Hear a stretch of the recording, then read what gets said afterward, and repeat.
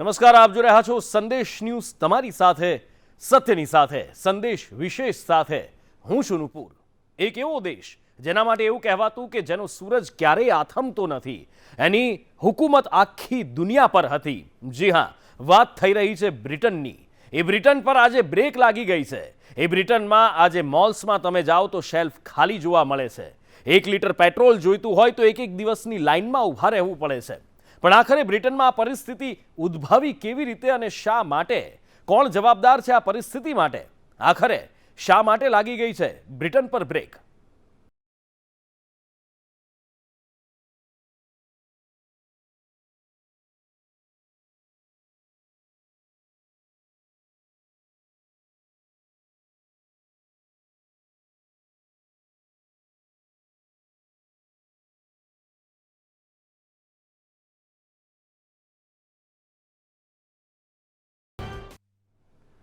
વિશ્વના સૌથી સુખી, સંપન્ન અને સૌથી વિકસિત દેશોમાં જેની ગણના થાય છે એવા બ્રિટનમાં લોકોની જિંદગી દોજખ બની ગઈ છે। કોઈએ ક્યારેય કલ્પના પણ નહીં કરી હોય કે યુરોપિયન સમૂહમાં આ દેશમાં આવી સ્થિતિ પણ આવી શકે છે। આ સમૃદ્ધ દેશ ગણવામાં આવે છે યુરોપ કન્ટ્રીનો, અને આવી પરિસ્થિતિ કેમ? આ સવાલ એટલા માટે ઉઠી રહ્યો છે, લોકોને પોતાની ગાડીમાં પેટ્રોલ પુરાવવા માટે ફાંફા મારવાનો વારો આવ્યો છે। અત્યારે બ્રિટનની જનતા ભયંકર પરિસ્થિતિનો સામનો કરી રહી છે। અચાનક સર્જાયેલ ફ્યુલ સંકટે બ્રિટન પર રોક લગાવી દીધી છે।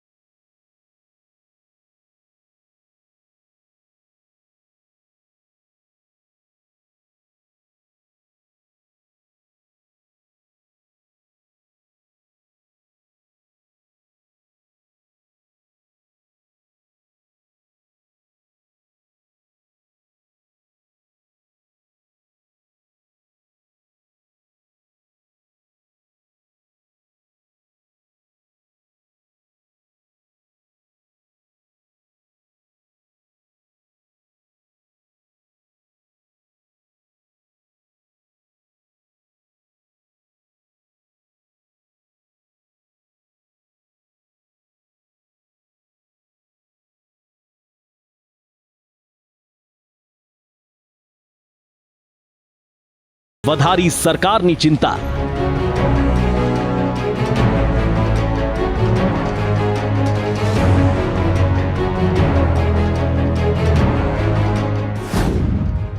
બ્રિટનની અર્થવ્યવસ્થા પર લાગી બ્રેક। જે દેશનો સૂરજ કોઈ દિવસ આથમતો નહોતો, એ દેશ અત્યારે ઈંધણ સંકટનો સામનો કરી રહ્યું છે। સ્થિતિ એ હદ સુધી વણસી ગઈ છે કે દેશના 90% પેટ્રોલ પંપ તળિયા ઝાટક થઈ ગયા છે। ડરના માર્યા લોકો ઈંધણ મેળવવા દરની ઠોકરો ખાઈ રહ્યા છે। આખો દિવસ કતારમાં ઊભા રહેવા મજબૂર બન્યા છે। જે પેટ્રોલ પંપ પર ઈંધણનું વેચાણ થઈ રહ્યું છે ત્યાં અરાજકતા જેવી સ્થિતિનું નિર્માણ થયું છે। પેટ્રોલ ડીઝલની અછતના કારણે ન માત્ર ખાવા પીવાની ચીજ વસ્તુઓની અછત સર્જાઈ છે, પરંતુ આખી ટ્રાન્સપોર્ટ સિસ્ટમ મૃતપાય અવસ્થામાં પહોંચી ગઈ છે।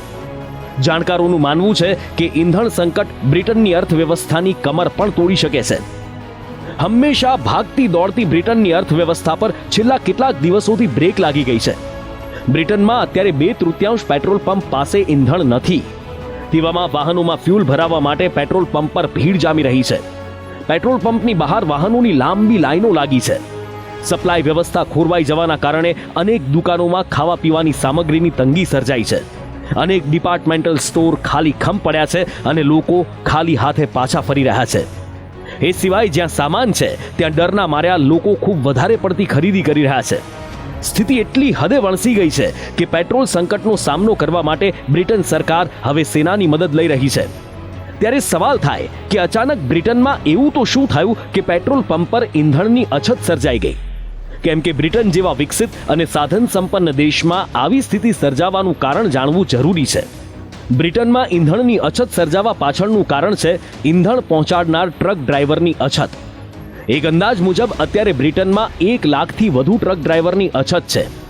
જો કે સરકારની સાથે સાથે બ્રિટનની ઓઇલ કંપનીઓનો પણ દાવો છે કે દેશમાં ઈંધણની કોઈ અછત નથી. ઘટ છે તો માત્ર ને માત્ર ટ્રક ડ્રાઈવર્સની, કે જેઓ ઈંધણ ભરેલા ટ્રકને પેટ્રોલ પંપ સુધી પહોંચાડતા હતા. બ્રિટનની ઓફિસ ફોર નેશનલ સ્ટેટિસ્ટિક્સના દાવા મુજબ છેલ્લા 1 વર્ષમાં દેશમાં મોટા વાહન ચલાવતા ટ્રક ડ્રાઈવર્સની સંખ્યામાં 70,000 જેટલો ઘટાડો આવ્યો છે. દેશમાં ટ્રક ડ્રાઈવર્સની તંગી વિસ્ફોટક સ્તરે પહોંચી ગઈ છે. હાલમાં બ્રિટનમાં માંગ અને પુરવઠાના ચક્રને સંતુલિત કરવા માટે 1 લાખ ડ્રાઈવર્સની જરૂર છે.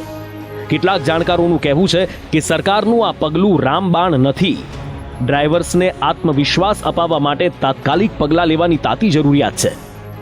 બ્રિટનમાં અચાનક સર્જાયેલી ટ્રક ડ્રાઈવર્સની અછત પાછળ મુખ્ય 4 પરિબળો જવાબદાર છે. જે પૈકી પહેલું છે બ્રેક્ઝિટ બાદ વર્ષ 2020માં યુરોપીય દેશોના ડ્રાઈવર્સ ફરી બ્રિટન પરત ન ફર્યા. બીજું કારણ છે યુકેની કડક વિઝા પોલિસી. બ્રેક્ઝિટ પહેલા જે લોકો યુરોપ અને ઇંગ્લેન્ડમાં સરળતાથી મુસાફરી કરી શકતા હતા તે હવે યુકેની કડક વિઝા પોલિસીના કારણે ઇંગ્લેન્ડ નથી આવી શકતા. ત્રીજું કારણ છે કોરોના મહામારીના કારણે જે ટ્રક ડ્રાઈવર બ્રિટન છોડીને ગયા છે તેઓ ફરી બ્રિટન આવવા નથી માંગતા. અને ચોથું કારણ છે બ્રિટનમાં જે ટ્રક ડ્રાઈવર નિવૃત્ત થાય તેની જગ્યાએ નવી ભરતી કરવામાં નથી આવી. હાલ તો ઈંધણ સંકટ દૂર કરવા બ્રિટન સરકારે યુદ્ધના ધોરણે કામગીરી શરૂ કરી છે. પેટ્રોલ પંપ સુધી ઈંધણ ભરેલા ટ્રક પહોંચાડવા માટે સરકારે સેનાને તૈયાર રહેવા આદેશ આપ્યા છે. બ્રિટિશ સેનાના જવાનોને હાલમાં ટ્રેનિંગ આપવામાં આવી રહી છે. આ ઉપરાંત ડ્રાઈવરની અછતને પહોંચી વળવા માટે બ્રિટન સરકાર ખાસ ડ્રાઈવર્સ માટે અસ્થાયી વિઝા જાહેર કરશે. કોરોના મહામારીના કારણે વતન ગયેલા ટ્રક ડ્રાઈવર્સને ઝડપી કામ પર આવવા આદેશ જાહેર કરાયો છે.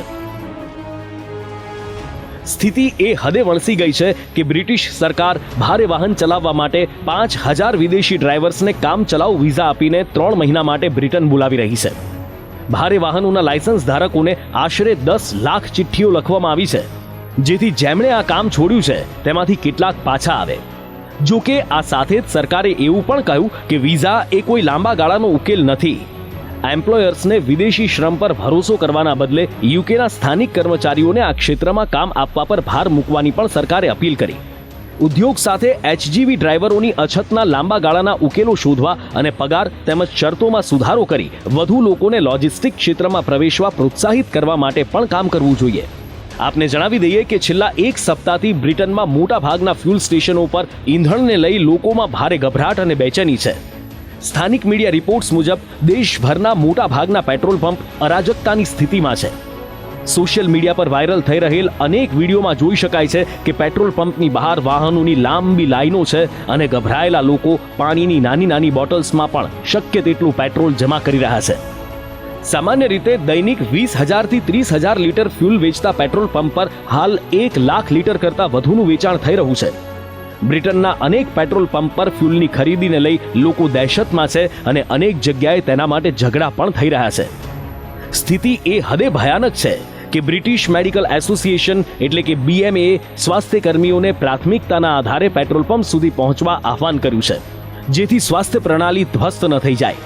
સ્થિતિ નિયંત્રણ બહાર જઈ શકે છે તેવા ડરથી બ્રિટિશ સરકારે સંકટનો સામનો કરવા માટે સેનાને તૈયાર રહેવા માટે પણ કહી દીધું છે. ડાઉનિંગ સ્ટ્રીટે પણ પુષ્ટિ કરી છે કે સૌથી વધુ અસરગ્રસ્ત વિસ્તારોમાં લગભગ 200 લશ્કરી ડ્રાઈવરોને તૈનાત કરવામાં આવી રહ્યા છે. જો કે આ તમામ ડ્રાઈવર્સને 5 દિવસની ટ્રેનિંગ આપવામાં આવી રહી છે. સાથે જ એ સ્પષ્ટતા પણ કરવામાં આવી છે કે સમસ્યા તંગી સંબંધિત નથી અને દેશમાં પર્યાપ્ત ઈંધણનો ભંડાર છે. બ્રિટનમાં ઓઇલ કંપનીઓએ પણ આ વાતની પુષ્ટિ કરી છે કે ઈંધણની કોઈ જ તંગી નથી.